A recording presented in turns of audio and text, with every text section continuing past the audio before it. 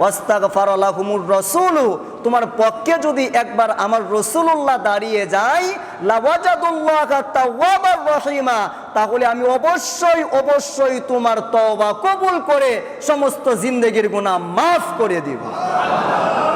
লাউ আন্নাকুম ইযলামু আনফুসাহুম জাউকা ফাস্তাগফিরুল্লাহা ওয়াস্তাগফারা লাহুমুর রাসূলু লাওয়াজাদুল্লাহা তাওয়াবার রহিমা।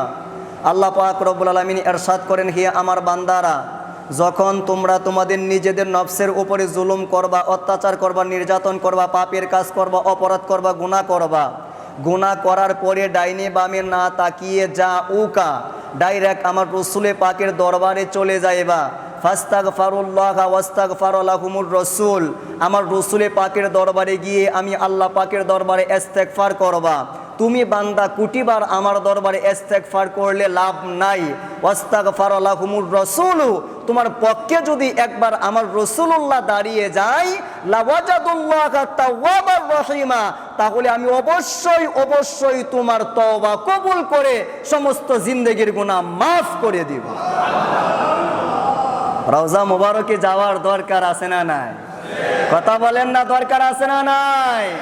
কারণ আল্লাহ পাক বলেছেন গুনাহগারের গুনাহ মাফ হওয়ার ঠিকানা হচ্ছে সোনার মদিনা। কথা বলেন ঠিক কিনা?